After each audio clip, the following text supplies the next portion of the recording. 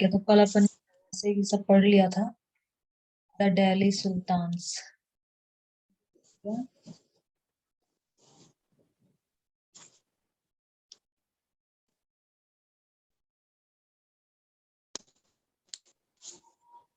यहाँ तक पढ़ लिया था कल।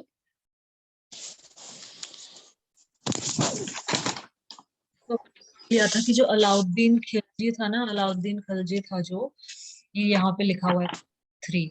Alauddin Khilji campaign in south India. Alauddin Khilji मतलब साउथ इंडिया की तरफ वो अपनी उसको लेके गया था, बॉर्डर को करने के लिए। फ्रंट्री फ्रंटियर का मतलब जो बॉर्डर होती है उसको बोलते हैं external frontier. Frontier means border. ये जो फ्रंटियर है इसका मतलब होता है बॉर्डर। तो अपनी जो एक्सटर्नल बाहरी जो बॉर्डर थी, बाहरी जो सीमा थी, उसको एक्सपेंड करने के लिए ये लोग साउथ में गए थे। Military expedition. एक्सपीडिशन मतलब लॉन्ग जर्नी। तो साउथ में ये लोग गए थे और वहां पे इन्होंने अपना मतलब टेरिटरी को और वास्ट कर लिया था। ये देखो यहाँ पे दिखा। दिल्ली से कहाँ गए थे? दिल्ली से 1299 में गुजरात की तरफ गए। 1303 में यहाँ ये इनकी मिलिट्री यहाँ यहाँ भेजी गई थी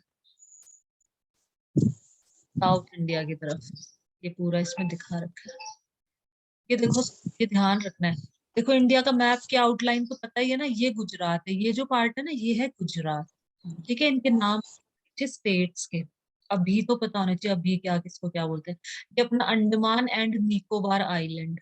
ये जो आइलैंड है ना यहाँ पे, आइलैंड होता है, आइलैंड का मतलब होता है कोई भी जमीन जो चारों तरफ से पानी से घिरी होती है। मतलब लैंड, वो लैंड जो चारों तरफ से वाटर से सराउंडेड है, उस लैंड को आइलैंड। तो अंडमान एंड निकोबार आइलैंड, ये अंडमान और निकोबार आइलैंड है यहाँ पे, क्योंकि यहाँ पानी पानी है, समुद्र है ना यहाँ पे बहुत ज्यादा। समुद्र ही समुद्र। यहाँ पे क्या है, ये लैंड है। मतलब ये ओशन वाटर है और ये लैंड है। तो ये जो लैंड है इसको हम बोलते हैं अंडमान निकोबार आइलैंड। यहाँ पे है लक्षद्वीप। ये लक्षद्वीप है। यहाँ पे जो छोटे छोटे डॉट्स है मतलब ये लैंड के टुकड़े हैं। तो ये लक्षद्वीप बोलते हैं इसको। ये इंडियन ओशंस। ठीक है, ओशंस टोटल 5 ओशंस होते हैं, उनमें से एक है इंडियन ओशन। ये अपनी अरेबियन सी है, इसको अरब सागर बोलते हैं हिंदी में। इंग्लिश में अरेबियन सी बोलते हैं। ये यहाँ महाराष्ट्र, गुजरात के यहाँ नीचे और महाराष्ट्र के पास में। गुजरात में देखो सोमनाथ टेम्पल है शिव जी का। और बे ऑफ बंगाल मतलब बंगाल की खाड़ी बोला जाता है इसको हिंदी में, ये यहाँ पे। तो ये दिखा रखा है मैप 3 में। क्या लिखा है इसने? Alauddin Khilji's campaign into South India. Alauddin Khilji का जो कैंपेन था वो साउथ इंडिया की तरफ जाता हुआ देखो दिखा रहे हैं ना ये। तो ये इसका कैंपेन दिखा रहे हैं, ये जो एरो है ये कैंपेन्स को शो कर रहा है। अब फिगर नंबर 2।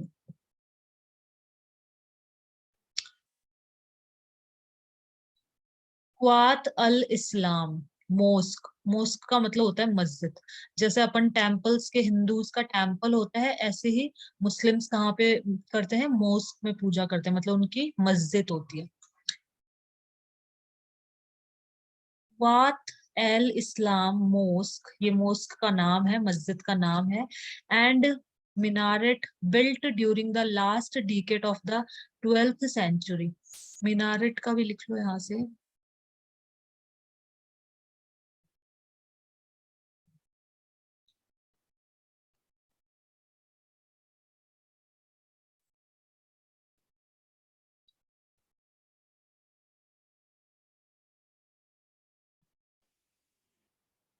minaret मीन्स मस्जिद की मीनार। मस्जिद की जो मीनार होती है, a tall thin tower. Tall मतलब बहुत ही लंबा, पतला tower. Usually forming part of a building where Muslims meet and pray, a mosque. मतलब एक तरह से मस्जिद को ही बोला इसने, मस्जिद की मीनार। टॉल थिन टावर मतलब लंबा और ये पतला जो टावर है जो यहाँ पे दिखा रखा है, ये इस तरह के टावर्स। तो ये इनके मनारेट बोलते हैं इसको, मनारेट। तो Quwwat ul Islam mosque and minaret built during the last decade. Decade का मतलब होता है 10 years, मतलब लास्ट के जो 10 years थे of 12th century, 12th century के लास्ट जो 10 years थे, 12th सेंचुरी का जो लास्ट 10 ईयर था उसके अंदर ये बिल्ड की गई थी मोस्क। और ये वाली इसको बिल्ड मतलब इसको बनाया गया था। 12th सेंचुरी का मतलब हो गया 1101 से लेके 1200 तक। तो लास्ट डिकेड का मतलब हुआ 1190 से और 12 मतलब 1190 से और इसके आगे की बात कर रहे हैं मतलब। This was the congregational mosque of the first city built by the Delhi Sultan. Congregational का भी लिखो।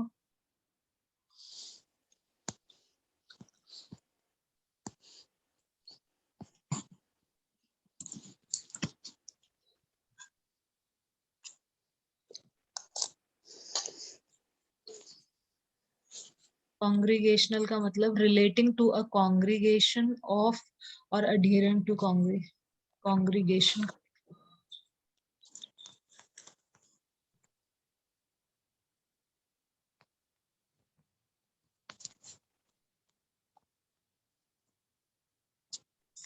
Congregation act of coming together in a crowd और ग्रुप, अ गैदरिंग। कॉन्ग्रीगेशन का मतलब होता है एक गैदरिंग, मतलब एक जमावड़ा या सभा, जैसे एकत्रित होने की क्रिया, सभा जमाव। गैदरिंग होना, लोग गैदर हो जाते हैं ना, इकट्ठे हो जाते हैं किसी जगह पे, उसको बोलते हैं congregation. The act of coming together in a crowd और group, the group of people who attend a particular church. चर्चा विशेष में जाने वाले व्यक्तियों का समूह, चर्च में मतलब जाने वाले लोगों का समूह। कॉन्ग्रीगेशन मतलब होता है ग्रुप ऑफ पीपल, लोगों का। तो this was the congregational mosque of the first city built by Delhi Sultans, described in the chronicles as Delhi I Kunha, the old city. The mosque was enlarged by Iltutmish and Alauddin Khalji. The minar was built by two sultans, Kutubuddin Aibak and Iltutmish. इनके सब आते हैं, इल्तुतमिश, कुतुबुद्दीन ऐबक, इन सबके। तो ये क्या था, this was the congregation mosque of the first city built by Delhi sultan, मतलब दिल्ली सुल्तान के द्वारा बनाई गई ये पहली वो थी, मतलब कॉन्ग्रीगेशनल मोस्क थी, मतलब यहाँ पे बहुत सारे लोग आते थे और मतलब अपनी पूजा करते थे। This was the congregational mosque of the first city built by Delhi Sultan, described in the chronicle। और इसको describe भी किया गया, मतलब इसके बारे में बताया गया है, दिल्ली आय कुन्हा द ओल्ड सिटी, इसमें इसके बारे में बताया गया है मोस्क के बारे में। The mosque was enlarged by, इस मोस्क को मतलब enlarge किया गया, बढ़ाया गया, मतलब और बड़ी बनाई गई जगह में आसपास में, किसके द्वारा, इल्तुतमिश और अलाउद्दीन खलजी के द्वारा इसको थोड़ा और एनलार्ज किया गया, मतलब बड़ा किया गया। The minar was built by two sultan, जो ये मीनार्स थी, मतलब ये थिन टॉल टावर्स है ना, ये जो टावर्स है, ये जो मीनार है, ये किसके द्वारा बिल्ट की गई, कुतुबुद्दीन ऐबक और इल्तुतमिश के द्वारा, मतलब ये मीनार्स बनाई गई।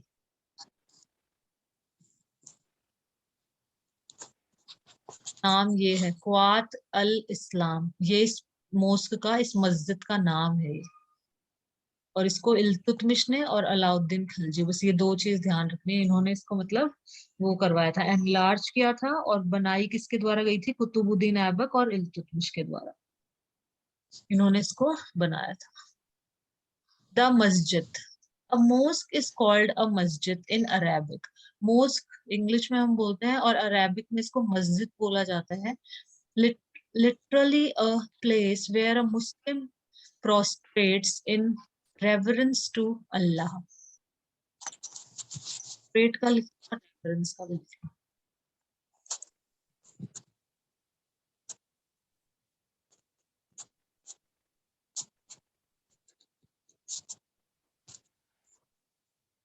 प्रोस्ट्रेट का मतलब होता है laying flat on the ground facing downwards, जब अपन भगवान को वो प्रणाम करते हैं ना, पूरे लेट के भगवान के सामने लंबे लेट जाते हैं, तो उसको हम बोलते हैं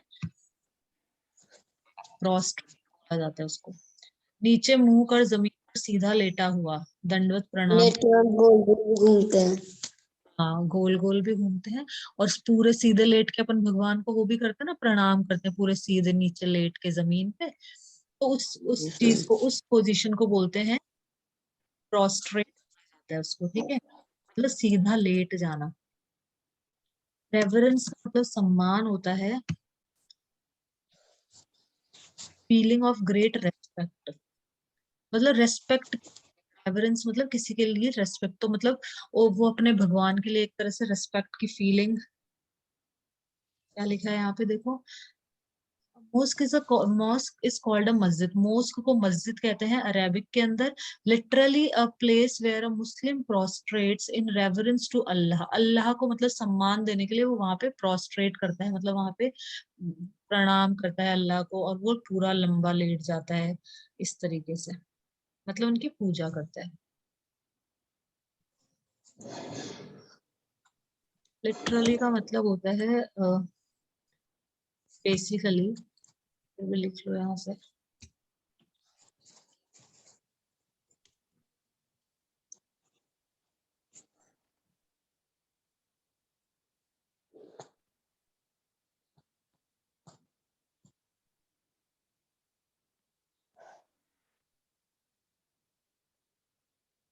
Literally means according to the basic or original meaning of the word। शब्द के मूल आदिम इसके अनुसार, ठीक है। You can translate these idioms literally. Literally मतलब अकॉर्डिंग टू द बेसिक और original meaning of the word. तो literally a place where Muslim prostrate in reverence to Allah. Allah को सम्मान देने के लिए वो मतलब पूरे प्रोस्ट्रेट लेट जाते हैं। इन अ कॉन्ग्रीगेशनल मोस्क, कॉन्ग्रीगेशनल का मतलब गैदर हो जाना, लोगों का इकट्ठा हो जाना। तो इस तरह की मोस्क में, मस्जिद में, मस्जिद आई जामी और Jama Masjid, Muslims read there prayers, नमाज। ये अपनी प्रेयर्स रीड करते हैं, अपनी प्रेयर्स पढ़ते हैं, इनकी प्रेयर्स को नमाज कहते हैं। मतलब ये लोग नमाज पढ़ते हैं टुगेदर, एक साथ पढ़ते हैं ये लोग नमाज। Members of the congregation choose the most respected learned male as their leader, imam, for the rituals of prayer. तो ये लोग क्या करते हैं, मेंबर्स ऑफ कॉन्ग्रीगेशन, कॉन्ग्रीगेशन मतलब वो जो ग्रुप है, उसके जो मेंबर्स हैं, उस ग्रुप के अंदर जो लोग हैं, जो पीपल हैं, जो उस ग्रुप के जो मेंबर्स हैं, वो क्या करते हैं, वो चूज करते हैं मोस्ट रेस्पेक्टेड, सब किसी एक मतलब लीडर को चूज करते हैं जो सबसे ज्यादा रिस्पेक्टेड हो, जिसकी सब लोग रेस्पेक्ट करते हो, जो लर्नड मेल हो। लर्नड का मतलब एक्सपीरियंस्ड नॉलेजेबल पर्सन हो जो, और उसकी सब रेस्पेक्ट करते हो। तो इस तरह के उसको लीडर को ये लोग सेलेक्ट करते हैं, और लीडर को ये लोग क्या कहते हैं, इमाम बोलते हैं। For the rituals of prayer, prayer के जो भी रिचुअल्स होते हैं, मतलब प्रेयर किस तरीके से करनी चाहिए, ठीक है, तो उस लीडर मान लेते हैं, एक किसी एक को लीडर बना लेते हैं उसी गैदरिंग में, किसी एक रेस्पेक्टेड और एक्सपीरियंस्ड और नॉलेजेबल पर्सन को ये लोग लीडर बना देते हैं, ताकि वो इनको प्रेयर रीड करवा सके। उस लीडर को क्या कहते हैं, नमाज, इमाम। इमाम। नमाज तो इनकी प्रेयर को बोलते हैं, कि नमाज पढ़ रहा हूँ, बोलते हैं ना ये लोग कि अभी मेरे नमाज पढ़ने का टाइम हो गया है। तो नमाज तो इनकी प्रेयर्स होती हैं, और इमाम इनके लीडर को, ये लिखा ना लीडर, लीडर को बोलते हैं इमाम। ये प्रेयर लिखा है, प्रेयर को बोलते हैं नमाज। एक मिनट।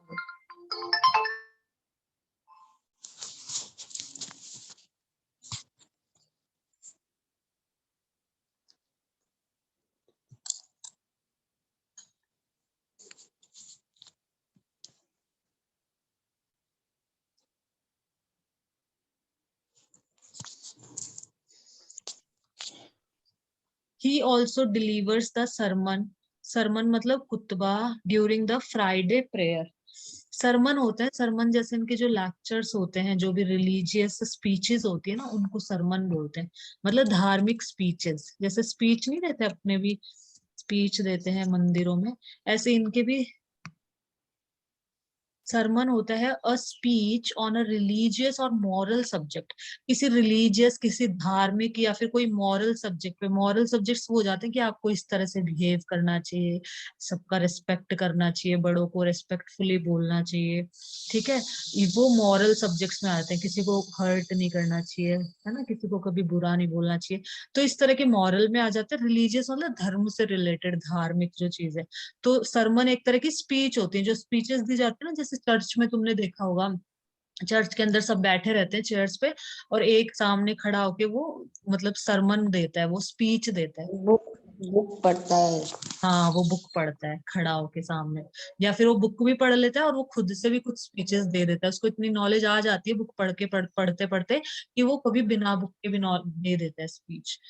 तो धार्मिक और नैतिक विषय पर प्रवचन देना, चर्च आदि में धार्मिक अनुष्ठान के अंग के रूप में। तो सरमन ये स्पीच होती है। रिचुअल्स में लिखो, रिचुअल्स मतलब कोई चीज को किसी करने का तरीका, मतलब एन एक्शन, सेरेमनी और process which is always done the same वे, एक ही तरह से की जाने वाली अनुष्ठान, कर्मकांड, हमेशा ही समान ढंग से किया जाने वाला कार्य, संस्कार या प्रक्रिया। रिचुअल के अंदर आ जाते हैं जो सेम वे में अपन जो करते आ रहे हैं, जो भी अनुष्ठान है, एन एक्शन, सेरेमनी और process which is always done the same way.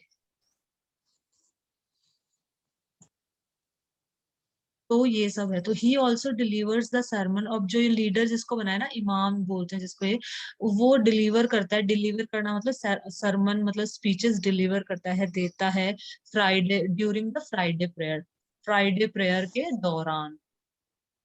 During prayer, during का मतलब होता है उस चीज के दौरान, मतलब ड्यूरिंग प्रेयर, प्रेयर के दौरान मतलब जब प्रेयर चल रही है तो अपन यूज करते हैं during prayer. During prayer, Muslims stand facing Makkah. In India, this is to the west.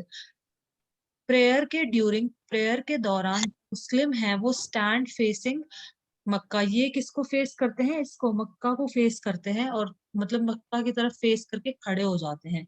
In India this is to the west, India के अंदर ये वेस्ट साइड में है। दिस इज कॉल्ड द गिबला, इसको गिबला भी कहा जाता है।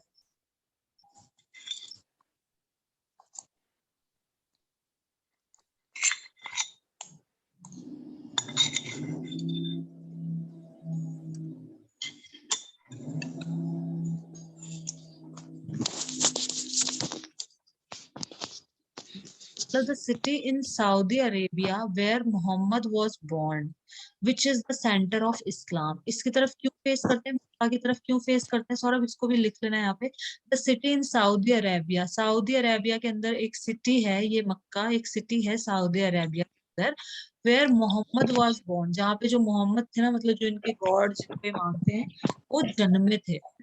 सऊदी अरेबिया में मक्का के अंदर मोहम्मद जन्मे थे। Which is the centre of Islam, तो इसलिए ये इस्लाम का सेंटर है, मतलब इनके धर्म का सेंटर है। सऊदी अरब का शहर मक्का, जो मोहम्मद साहब का जन्म स्थान और इस्लाम धर्म का केंद्र स्थल है।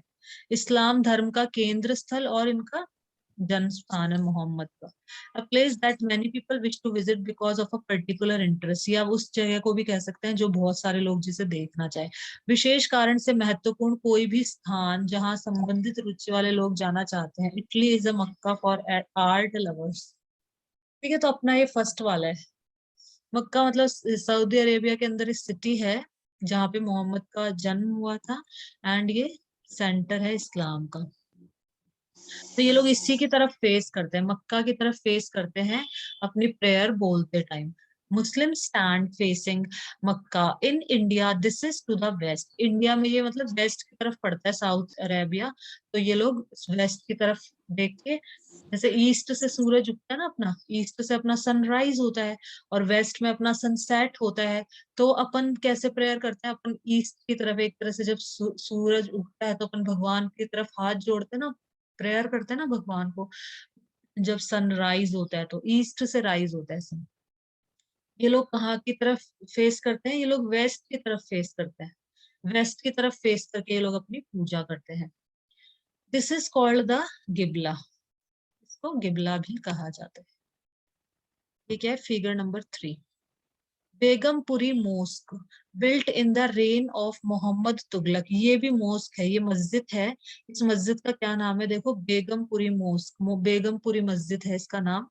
Built in reign of Muhammad Tughlaq के राज में ये मतलब ये मोस्क बनाई गई थी। Was the main mosque of Jahanpanah, the century of the world, his new capital in Delhi, see map 1। तो ये मोस्क दिखा रखी है सारी। और ये next, the Delhi sultans built several mosque in cities all over the subcontinent. Delhi सुल्तान ने बहुत सारी मॉस्क, मतलब सेवरल, कई प्रकार की मॉस्क बनाई थी सिटी के अंदर। जो पूरा सब कॉन्टिनेंट है ना, मतलब जो इंडिया है, इसमें हर जगह इन्होंने मॉस्क बनाई थी। These demonstrated their claims to be protectors of Islam and Muslim. मतलब ये डेमोस्ट्रेट करता है, ये दर्शाता है कि ये लोग मतलब मुस्लिम्स और इस्लाम के प्रोटेक्टर्स थे। Mosque also helped to create the sense of a community of believers.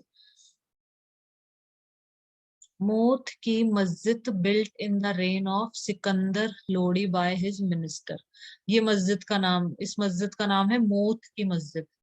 ये ऊपर वाली मस्जिद का नाम था बेगमपुरी मोस्क। ये किसके रेन में बनी थी? ये आ जाते हैं क्वेश्चन बस, कि बेगमपुरी जो मोस्क थी वो किसके रेन में, किसके राज में मतलब वो बनी थी? मोहम्मद तुगलक के राज में बनी थी। और ये आ जाएगा कि मोथ की मस्जिद बिल्ट, ये किसके राज में बनी थी? सिकंदरा लोदी। मतलब ये मैच द फॉलोइंग की फॉर्म में आ सकते हैं, कि मोस्क लिख देंगे एक तरफ और दूसरी तरफ लिख देंगे कि किसके रेन में मतलब ये बिल्ड हुई थी, किसके रेन में ये बनी थी। तो इन the reign of Sikandar Lodi by his minister, Sikandar Lodi जो था राजा, इसके मतलब रेन में, राज्य में, ये राज में बनी थी। ये फिफ्थ वाली है, मोस्क ऑफ जमाली कमाली built in the late 1520s। ये लेट 1520s में बनी थी। Who shared a belief system and a code of conduct.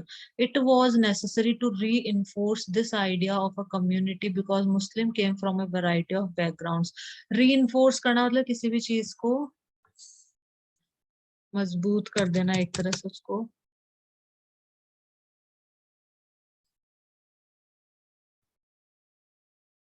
मजबूत करना। देखो, अधिक मजबूत करना। To take something, to make something stronger, किसी को स्ट्रोंगर बनाना। रीइंफोर्स मतलब, रीइंफोर्स मीन्स अधिक मजबूत करना, सुदृढ़ करना। Concrete can be reinforced with steel bars to make something stronger, किसी को स्ट्रोंगर बनाना, उसके लिए रीइंफोर्स का यूज किया जाता है। तो ये सारी मोस्क इन्होंने बनाई थी, सारी मोस्क दिखा रखे हैं यहाँ पे, इनका नाम, और ये किसके रेन में बनी थी, किसके राज में बनी थी, वो भी दिखा रखा है। Compare figures 2, 3, 4, and 5. What similarities and differences do you notice amongst the mosque? The mosque in figure 3, 4, 5 shown an evolution in architectural tradition that culminates in Shah Jahan's mosque in Delhi. Culminate का मैंने कल भी लिखवाया था। Saurabh, culminate का क्या मतलब होता है बताओ? मतलब reach to it, develop to the, मतलब एकदम highest point का development. Reach a point of highest development. Culminate मतलब हाईएस्ट डेवलपमेंट की उस पे सीमा पे पहुंच जाना। To reach a final result, highest development की सीमा पे पहुंच जाना, उसको बोलते हैं कल्मिनेट। चरम सीमा तक पहुंच जाना। पहुंच जाना मतलब डेवलपमेंट की हाईएस्ट पॉइंट पे पहुंच जाना, मतलब डेवलपमेंट के। The closer, a closer look, administration and consolidation under the Khiljis and Tughlaqs. तो एडमिनिस्ट्रेशन का मतलब होता है कंट्रोल और मैनेजमेंट, किसी भी चीज को कंट्रोल करना, मैनेज करना, किसी भी चीज को, एडमिनिस्ट्रेशन। जैसे स्कूल के अंदर जो एडमिनिस्ट्रेशन स्टाफ होता है वो क्या करता है? पूरे स्कूल को कंट्रोल करना, मैनेज करना, वही करता है ना। तो एडमिनिस्ट्रेशन एंड कंसोलिडेशन, कंसोलिडेट का मतलब होता है कि मतलब दो वस्तुओं को जोड़ना भी होता है, लेकिन अपने में यहाँ पे कंसोलिडेट का मतलब है स्ट्रॉन्ग करना, टू बिकम मोर फर्मर और स्ट्रॉन्गर। कंसोलिडेट मतलब स्ट्रांग, अपने यहाँ पे है स्ट्रांग हो जाना, मतलब किस अपनी पोजीशन को और ज्यादा फर्म कर लेना, दृढ़ कर लेना, या फिर स्ट्रांग कर लेना, अपनी पोजीशन को बहुत मजबूत कर लेना। तो एडमिनिस्ट्रेशन मतलब प्रशासन, और उसका कंसोलिडेशन मतलब उसकी मजबूती के बारे में बताया। अंडर द खिलजी और तुगलक्स के अंडर में, इनके अंडर में मतलब जो एडमिनिस्ट्रेशन था, जो प्रशासन था, मैनेजमेंट था, और ये मतलब सब कुछ स्ट्रांग हो गया था। तो इस सब के बारे में हम यहाँ पढ़ेंगे। The consolidation of a kingdom, किसी किंगडम का, किंगडम मतलब राज्य, किसी राज्य का कंसोलिडेशन, कंसोलिडेशन मतलब उसका मजबूत होना, किसी राज्य का मजबूत होना।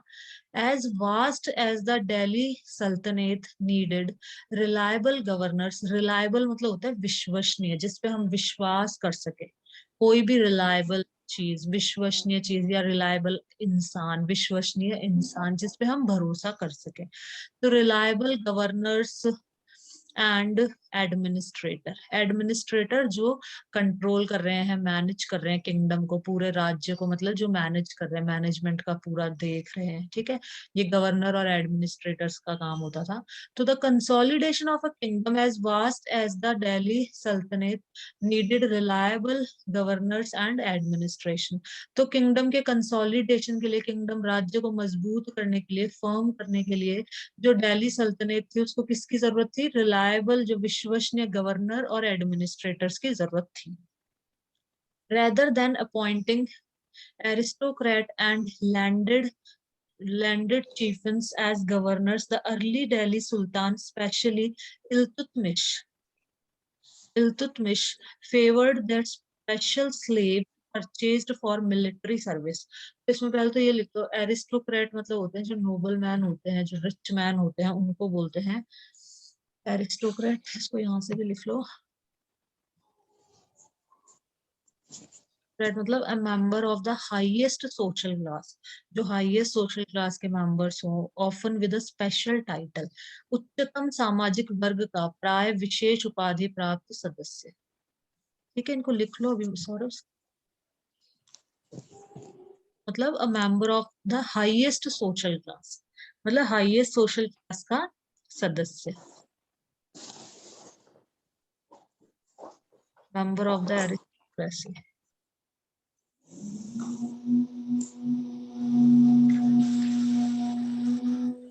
Rather than appointing aristocrat, aristocrat को अपॉइंट करने की बजाय, एंड लैंडेड चीफन्स, लैंडेड चीफन्स वो हो गए जो मतलब जो जमीन के, जो एक तरह से जमींदार हैं, उनके लिए बोला गया। तो यहाँ से भी लिखो एक बार।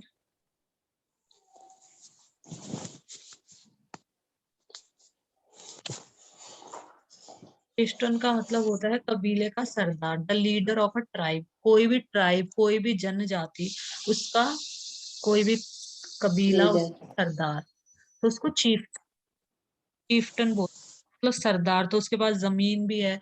तो इन्होंने rather than appointing aristocrat, aristocrat को मतलब अपॉइंट करने के अलावा, मतलब जैसे गवर्नर और एडमिनिस्ट्रेटर चाहिए थे इनको रिलायबल, विश्वसनीय, तो इन्होंने इनको अपॉइंट नहीं करा। एरिस्टोक्रेट और लैंडेड चीफ्टन थे, मतलब जो कबीले के सरदार थे, जिनके पास जमीनें थी, उनको इन्होंने अपॉइंट नहीं करा एज ए गवर्नर, गवर्नर के तौर पे इनको अपॉइंट नहीं किया। रेदर देन मतलब इनको करने की बजाय इन्होंने क्या किया? Rather than appointing aristocrat and landed chieftains as governors, the early Delhi sultans especially Iltutmish favored their special slaves purchased military service. तो इसने क्या करा, इसके जो स्पेशल स्लेव्स थे, जो दास थे, उनको इन्होंने मतलब परचेज फॉर मिलिट्री सर्विस के लिए जिनको परचेज किया था, तो favoured their special slaves purchase for military service, military service के लिए जिन स्लेव्स को इन्होंने परचेज किया था, खरीदा था, उनको मतलब उनको बनाना ने सोचा कि इनको मैं बनाऊंगा, क्या बनाऊंगा इनको? एडमिनिस्ट्रेटर और गवर्नर। कॉल्ड बंधागन इन पर्सियन, पर्सियन में इसको बंधागन बोलते हैं स्लेव्स को। They were carefully trained to man some of the most important political offices in the kingdom. तो इनको carefully trained किया गया, carefully मतलब बहुत ही ध्यान पूर्वक सावधानी से. They were carefully trained to man some of the most important political offices in the kingdom, since they were totally dependent upon their master. The मतलब इनको इस तरह से ट्रेन किया गया कि मतलब ये अपने मास्टर पे डिपेंड रहे, खुद इंडिपेंडेंटली ना सब कुछ संभाल सके, कि अपने मास्टर पे डिपेंड रहे ये लोग. क्योंकि गवर्नर भी कई बार वो कर देते थे ना, रिबेल कर देते थे, मतलब विद्रोह कर देते थे राजा के खिलाफ. अपन ने पीछे पढ़ा था ना, जो गवर्नर थे, अगर राजा की कहीं वीकनेस उनको दिख जाती थी, कहीं पे भी किसी सुल्तान की कोई वीक पॉइंट दिखता था, तो वो भी रिबेल कर देते थे, विद्रोह कर देते थे. तो तो इसलिए हटा इसने, देते थे, हाँ क्या कह रहे हो, राजा को हटा देते थे। हटा देते थे. तो इस इन्होंने तो इल्तुतमिश ने क्या सोचा कि जो मेरे स्लेव्स है ना, मैं उन्हीं को गवर्नर और मतलब एडमिनिस्ट्रेटर बनाऊंगा, और इनको मतलब ऐसे ट्रेन किया गया कि ये कंप्लीटली इंडिपेंडेंट ना रहे, मतलब ये मेरे ऊपर डिपेंड रहे. Since they were totally dependent upon their master, the sultan could trust and rely upon them. तो सुल्तान उन पे ट्रस्ट कर सकता था, भरोसा कर सकता था. ट्रस्ट करना मतलब विश्वास करना, रिलाय मतलब किसी के ऊपर एक तरह से डिपेंडेंट होना अपने चीजों के लिए,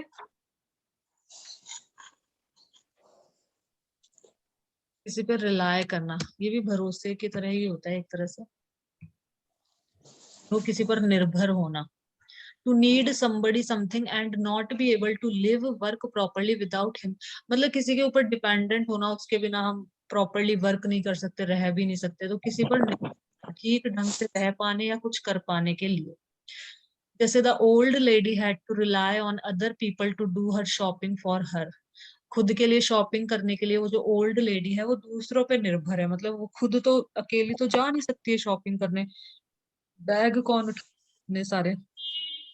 तो to trust somebody something to work और बिहेव वेल, अपना फर्स्ट वाला है, किसी पर भरोसा या विश्वास करना किसी काम के लिए, किसी पर भरोसा करना या फिर किसी पर निर्भर होना. हाँ अगर कोई है ना, कोई आदमी है, बच्चा है जिसने है ना पढ़ाई नहीं की, तो वो सोचेगा कि मेरा ये दोस्त है, इसने पढ़ाई की है, तो फिर है ना ये उस पे है राय, ना भरोसा करता है।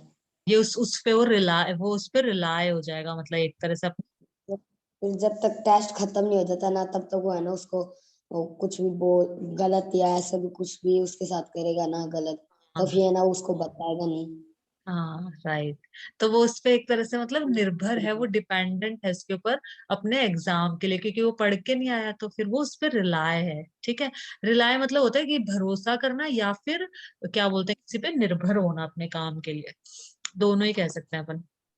तो इस पूरे पैराग्राफ में यही समझा रखा है कि किंगडम को मजबूत करने के लिए जो दिल्ली के जो सुल्तान थे, स्पेशली जो इल्तुतमिश जो था सुल्तान, इसने क्या किया था, इसने अपने जो स्लेव्स थे ना, फेवर्ड देयर स्पेशल स्लेव, जो इसके स्पेशल स्लेव्स थे, विशेष जो इसके स्लेव्स थे, जो दास थे, जिनको इन्होंने खरीदा था मिलिट्री सर्विसेज के लिए, कि युद्ध में मतलब ये लोग लड़ाई करेंगे, उसके लिए इसने खरीदा था. तो इसने उन्हीं को एडमिनिस्ट्रेटर और गवर्नर की पोस्ट दे दी, और उनको मतलब इस तरह से ट्रेन किया गया कि मतलब इनको सारी नॉलेज नहीं दी गई उनको, ताकि ये लोग मेरे ऊपर डिपेंडेंट रहे, ताकि मैं इन पे विश्वास कर सकूं, और ये मेरे कंप्लीटली टोटली डिपेंडेंट हो ये मेरे ऊपर.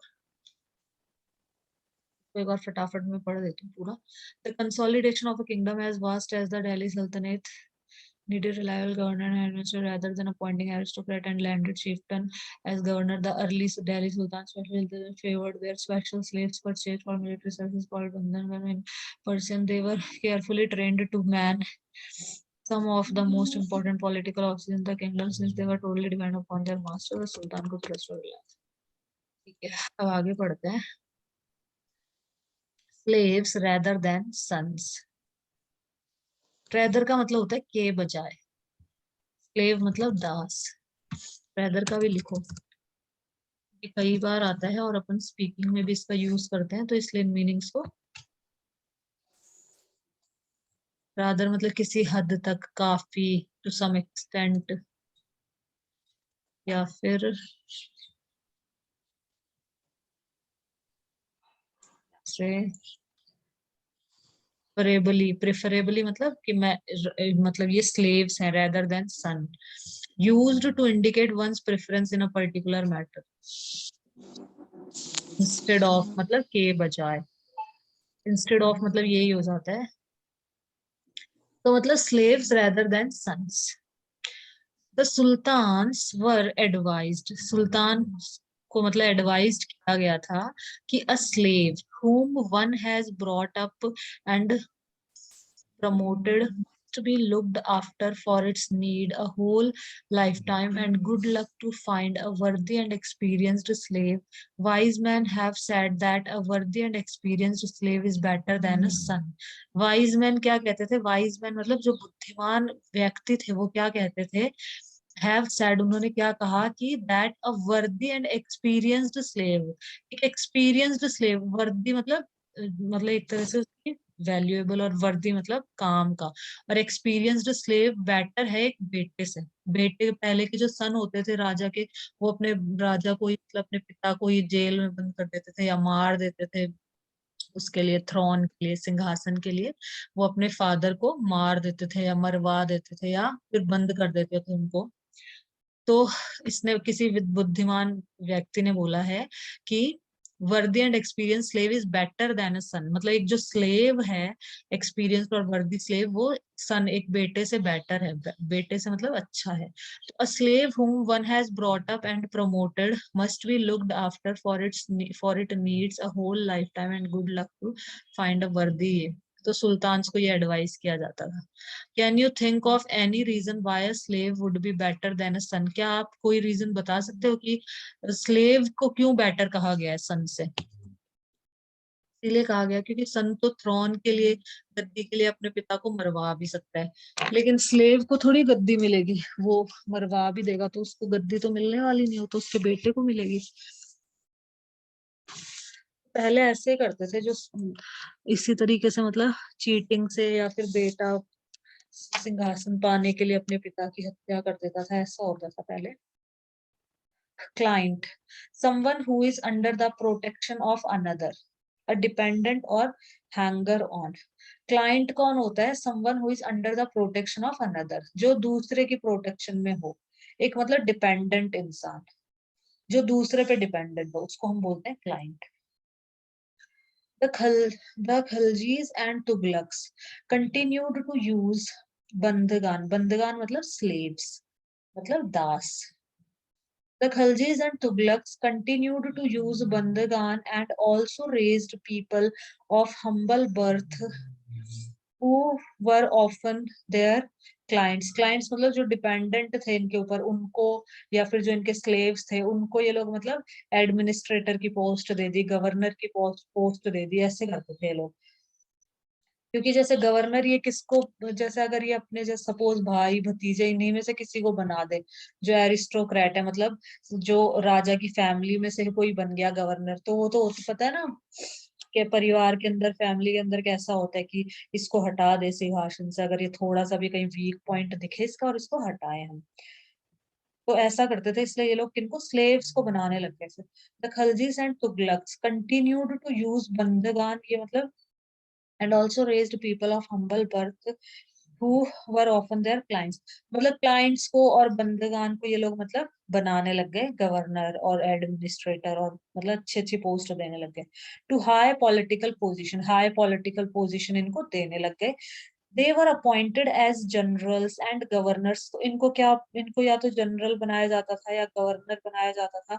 How ever this also introduced an element of political instability.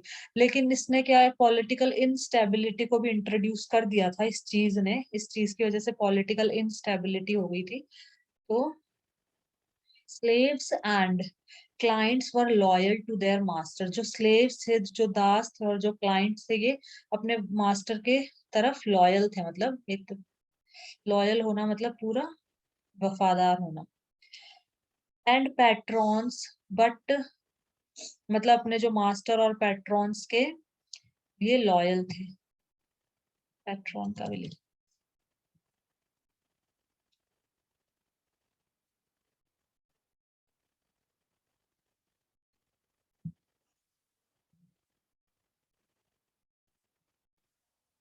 Patron. Patron का मतलब है a person who gives money और support to artist, writer, musician.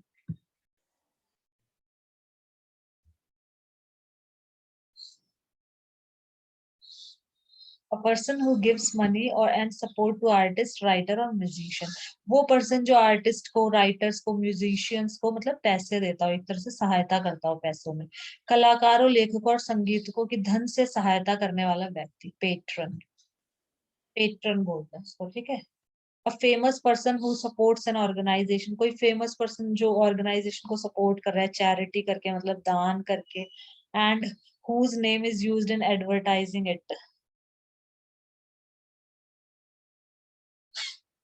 ठीक है, तो वो पर्सन प्रसिद्ध व्यक्ति जो किसी धर्मार्थ संस्था की सहायता करता है और जिसका नाम विज्ञापन में छापा जाता है। समर्थक, एक तरह से समर्थक, उसको हम पेट्रन बोलते हैं।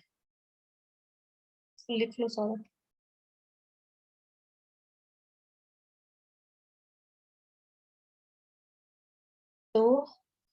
तो ये लोग कंप्लीटली डिपेंडेंट थे। जो स्लेव्स थे, जो क्लाइंट्स थे, वो loyal to their master and patrons. तो ये अपने मास्टर और जो इनके पेट्रन्स थे उन पे, उनके साथ में लॉयल थे, वफादार थे। But not to their their heirs. इसका भी एयर्स मतलब होता है उत्तराधिकारी। मतलब जैसे फादर का जो बेटा होगा वही उत्तराधिकारी होगा ना, वही तो सिंहासन पे बैठेगा, उसके पास उसकी सारी जायदाद जाएगी।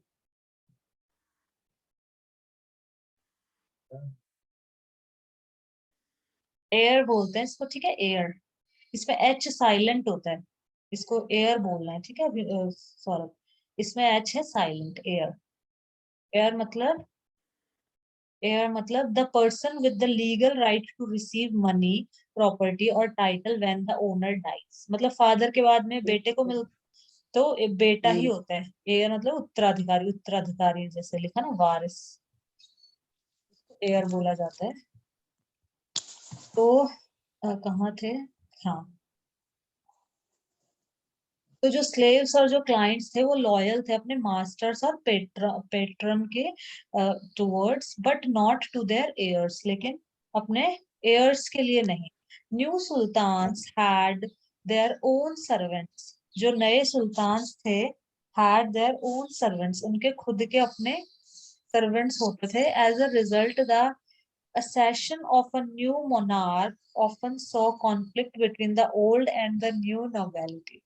तो इसका लिख,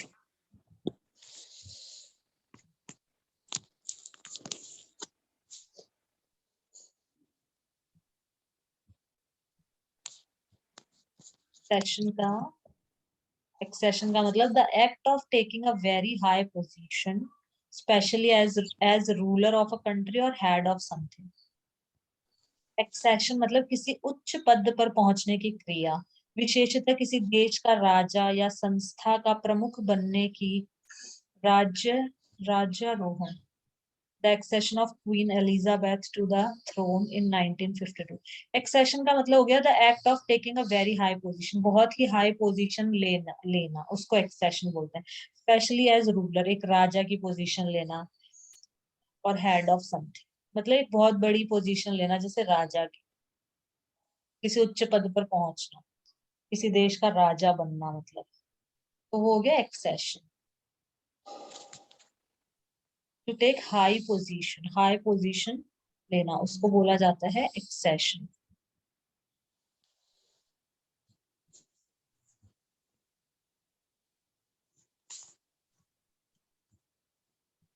अभी लिख लो। मोनार्क मतलब किंग और क्वीन। मोनार्की मतलब हो जाता है किंग और क्वीन का बेटा राजा बनेगा, उसको बोलते हैं मोनार्की। डेमोक्रेसी होता है और एक मोनार्की होता है। तो डेमोक्रेसी में तो क्या होता है, जो वोट जिसको ज्यादा मिलेंगे वो राजा, वो ही मतलब राजा बनेगा, एक तरह से मतलब वही कंट्रोल करेगा कंट्री को, वही चलाएगा। डेमोक्रेसी में ऐसा होता है। और मोनार्की में क्या होता है, जो किंग और क्वीन का जो बेटा है वो राजा बन जाएगा, वो होता है मोनार्की। तो मोनार्क मतलब किंग और क्वीन, राजा या रानी, शासक को मोनार्क कहा जाता है। तो कहाँ थे हम, हाँ। New sultans had their own servants, जो नए सुल्तान थे उनके खुद के सर्वेंट हुआ करते थे. As a result the accession of a new monarch often saw conflict between the old and the new nobility. As a result of as a result, the accession of a new monarch often saw conflict between the old and the new nobility. The patronage of these humble people by the Delhi Sultans also shocked many elites, and the author of Persian Tariq criticized the Delhi Sultan for appointing the low and base born to high offices. तो देखो क्या था, criticise का मतलब होता है किसी को क्रिटिसाइज करना, किसी की आलोचना करना, किसी की बुराई करना. एलीट मतलब होता है जो मतलब एक ग्रुप ऑफ जो नॉलेजेबल पर्सन है, जो इम्पोर्टेंट पर्सन है, उनका ग्रुप होता है एलीट. मतलब शक्तिशाली. एलीट मतलब a social group that is thought to be best or most important because of its power, money, intelligence, etc. मतलब शक्ति, बुद्धि आदि की दृष्टि से श्रेष्ठ समझा जाने वाला वर्ग. Intellectual elite. एलीट मतलब हो गया एक ऐसा ग्रुप जिसके अंदर जो लोग हैं वो बहुत ही इंपॉर्टेंट है, मोस्ट इम्पोर्टेंट लोग हैं उसके अंदर, क्योंकि उनके पास पावर है, उनके पास मनी है और वो इंटेलिजेंट भी है, तो मतलब सब कुछ है उनके पास में एक तरह से. तो इसको लिख लो सारा. Social group that is thought to be the best और मोस्ट इम्पोर्टेंट. एक सोशल ग्रुप जिसको बेस्ट और मोस्ट इम्पोर्टेंट माना जाता हो, उसकी पावर की वजह से, मनी की वजह से और इंटेलिजेंस की वजह से, उस ग्रुप को हम बोलते हैं एलीट. तो जो एलीट ग्रुप थे ना, ये जो मैनी एलीट्स, ये जो विद्वान लोग थे, मतलब ये जो मोस्ट इम्पोर्टेंट पीपल थे, ये लोग भी शॉक्ड थे कि दिल्ली सुल्तान है ना लो और बेस बॉर्न इन लोगों को हाई ऑफिसेस मतलब अपॉइंट कर रखे हैं. इन लोगों को जो स्लेव्स हैं, जो दास हैं, इनको हाई ऑफिसेस इन्होंने क्या कर रखे हैं, अपॉइंट कर रखे हैं. तो इनको क्रिटिसाइज भी किया गया. जो बुक थी ना त्वारिख, एक बुक है ये, पर्सियन लैंग्वेज में लिखी गई थी. तो ऑथर थे ना पर्सियन, पर्सियन के जो ऑथर थे, जो पर्सियन ऑथर थे त्वारिख बुक के, उन्होंने भी क्रिटिसाइज किया दिल्ली सुल्तान को इस वजह से कि इन्होंने लो मतलब ये स्लेव्स को, इनको हाई ऑफिसेस अपॉइंट कर रखे हैं इन लोगों को. तो इस पूरे का वापस समझा देती हूँ. Slaves and client were loyal to their master and patron but not to their heirs. New मतलब ये अपने मास्टर और पेट्रॉन के तो लॉयल थे, वफादार थे, but not to their heirs. लेकिन उनके जो एयर्स थे, उनके जो उत्तराधिकारी थे, मतलब जो उनके बेटे थे, उनके लॉयल नहीं थे ये लोग. ये लोग सिर्फ अपने मास्टर जो सुल्तान है जो अभी फिलहाल में, उससे वफादार थे. ये उसके बेटे के साथ मिलकर कोई साजिश करना, सुल्तान को हटा देना, इस तरह के नहीं थे. मतलब ये जो उनके एयर थे उनके वफादार नहीं थे. New Sultan had their own servant, जो नए सुल्तान थे उनके खुद के सर्वेंट्स होते थे. As a result the accession of a new monarch often saw conflict between the old and new nobility. The patronage of these humble people by the Delhi sultan also shocked many elite. तो बहुत सारे elite, जो elite थे, elite group जो था, उनको shock किया इस चीज ने. And the author of Persian त्वारिख, और जो ऑथर्स थे त्वारिख के, उन्होंने भी क्रिटिसाइज किया कि Delhi sultan for appointing the low और base born to high offices. मतलब जो लो लोग हैं इनको हाई ऑफिसेस में अपॉइंट कर रहे हैं दिल्ली दिल्ली के जो सुल्तान है. तो इसको बहुत ही क्रिटिसाइज किया, इसकी बहुत ही आलोचना की गई कि ये बहुत ही मतलब गलत चीज है कि आप इतने छोटे लोगों को इतने हाई ऑफिसेस में बिठा रहे हो. Officials of Sultan Mohammad Tughlaq. सुल्तान मोहम्मद तुगलक, ये जो राजा था, इसके official. Sultan Mohammad Tughlaq appointed Aziz Kumar a wine distiller, Firoz Hajjam a barber, Manka Tabbakh a cook. ये देखो, वाइन डिस्टिलर मतलब जो वाइन मतलब सर्व करेगा एक तरह से वो. इनको इसने ये अपॉइंट अपॉइंट करना मतलब नियुक्त करना. मतलब तुम ये काम करोगे, तुम ये काम करोगे, उसको बोलते हैं अपॉइंट करना. मतलब नियुक्त कर देना कि तुम्हारा ये काम है.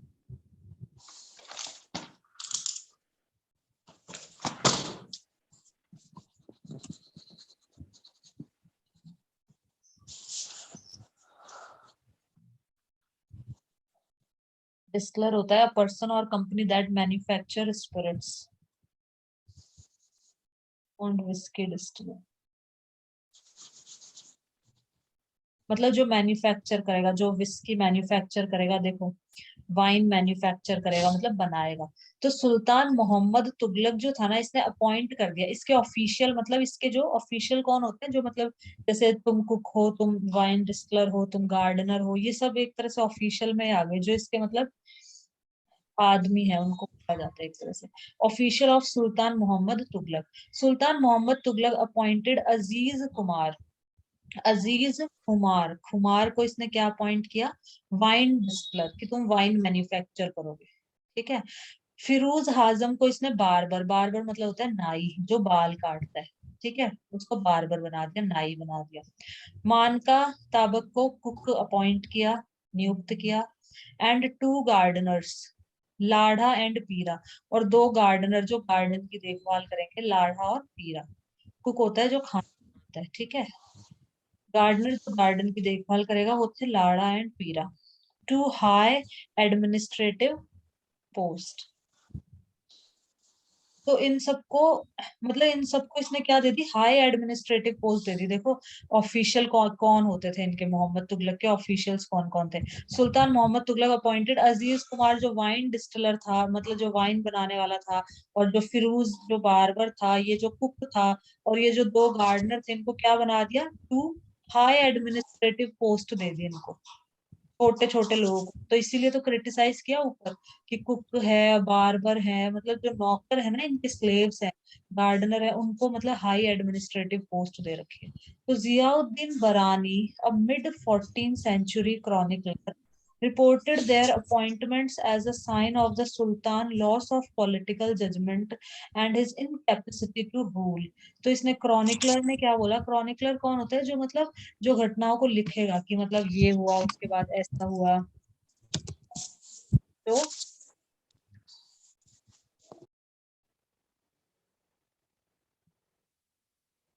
a person who write accounts of important and historical events, historical events को जो लिखता है कि मतलब हिस्ट्री में ऐसा हुआ है, फिर ऐसा हुआ, उसके बाद ऐसा हुआ, मतलब एक तरह से जैसे जैसे जैसे जो चीजें घटित हुई उसी उसको उसी वे में उसको लिखना। अ person who rights accounts of important and historical event, historical events के बारे में लिखना, तो वो उस पर्सन को क्रॉनिकलर बोलते हैं। तो जो क्रॉनिकलर थे, जो हिस्ट्री के बारे में एक तरह से लिखते थे, उन्होंने इसको सबने मतलब एक तरह से ये बोला कि सुल्तान पॉलिटिकल जजमेंट खो चुका है सुल्तान का, और वो मतलब रूल करने में इनकैपेबल है, वो कैपेसिटी नहीं है उसकी रूल करने की, इस वजह से वो ये ऐसे लोगों को मतलब हाई एडमिनिस्ट्रेटिव पोस्ट अपॉइंट कर दी जा रही है। तो देखो जियाउद्दीन बरानी, mid 14th century chronicler, Ziauddin बरानी जो एक क्रॉनिकलर था, मतलब जो हिस्ट्री के इवेंट्स को लिखता था, तो उसने क्या बोला, reported their appointments as a sign of sultans loss of political judgement. तो उसने क्या रिपोर्ट करा कि जो अपॉइंटमेंट्स है, जो सुल्तान ने जो अपॉइंटमेंट करे ना कुक को, और इन सबको इतनी एडमिनिस्ट्रेटिव हाई एडमिनिस्ट्रेटिव पोस्ट दे दी इन सबको, तो ये क्या दिखाता है, ये किस चीज का साइन है, ये संकेत करता है कि sultans loss of political judgement, political judgement मतलब लॉस हो चुका है, इसका मतलब पॉलिटिकल जजमेंट करने का तरीका हो चुका है सुल्तान, और उस इनकैपेबल है रूल करने में। वाई डू यू थिंक बरानी क्रिटिसाइज्ड द सुल्तान, आप क्यों सोचते हो कि जो ये बरानी है, जो जियाउद्दीन बरानी क्रॉनिकलर है, इसने सुल्तान को क्रिटिसाइज क्यों किया, मतलब इसीलिए क्रिटिसाइज किया क्योंकि इतने छोटे स्लेव्स को इसने हाई एडमिनिस्ट्रेटिव पोस्ट दे दी, इसलिए।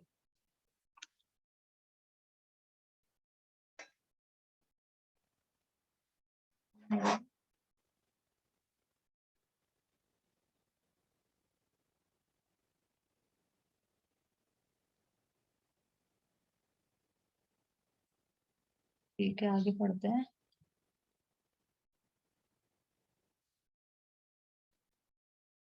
चलो ये आगे से कल पढ़ेंगे, तो मैं अभी तुम्हें कुछ और वो मैप दिखा देती हूँ इंडिया का एक बार, इंडिया का मैप।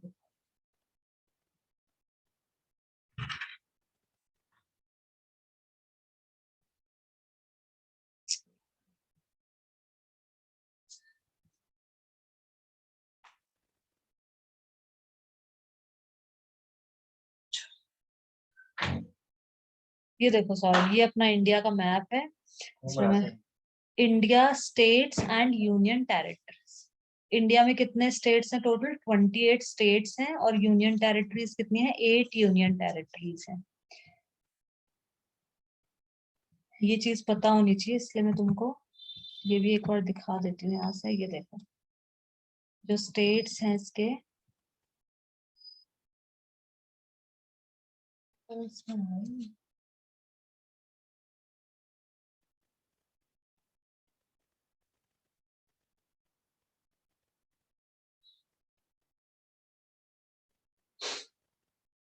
चलो यहीं से दिखा देती हूँ। ये देखो, ये सारे स्टेट्स हैं इंडिया के। ये यहाँ पे पाकिस्तान कंट्री है, ये यहाँ पे अफगानिस्तान है, फिर यहाँ पे तजाकिस्तान है, ये यहाँ पे चाइना है, ठीक है, नेपाल है, बांग्लादेश, भूटान, ये दूसरी कंट्रीज है सारी, म्यांमार, ये सब अदर कंट्रीज है। ये अपनी इंडिया का फ्लैग दिखा रखा है। ये जो कलरफुल पार्ट है ये सारा इंडिया है। ये सबसे ऊपर लद्दाख है, ठीक है, लद्दाख की कैपिटल है लेह। ये यहाँ पे रहा जम्मू एंड कश्मीर, इसकी है श्रीनगर। जम्मू सर्दियों में जम्मू होती है, गर्मियों में श्रीनगर होती है, इस तरह से होती है इसकी। तो जम्मू कश्मीर, लद्दाख, ये हिमाचल प्रदेश, उत्तराखंड, बंगाल, ये रहा वेस्ट बंगाल, कल अपन पढ़ रहे थे ना, ये रहा कि दिल्ली से, यहाँ दिल्ली से और वेस्ट बंगाल, सॉरी ये दिल्ली से और वेस्ट बंगाल पे कंट्रोल करना बहुत मुश्किल होता था। ये वेस्ट बंगाल है। ये श्रीलंका दूसरी कंट्री है, ये अंडमान निकोबार आ गया यहाँ पे, लक्षद्वीप आ गया यहाँ पे, Bay of Bengal, Arabian Sea, Indian Ocean. तो ये सारे स्टेट्स पता होने चाहिए कौन सा स्टेट। ये रहा अपना राजस्थान, जहां अपन रहते हैं, राजस्थान पाकिस्तान की बॉर्डर से लगा हुआ है, देखो पाकिस्तान की बॉर्डर, ठीक है। ये गुजरात, मध्य प्रदेश, महाराष्ट्र, मुंबई, ये रहा यहाँ पे। चलो ठीक है, फिर अभी आज इतना ही करेंगे, बाकी का कल, ठीक है।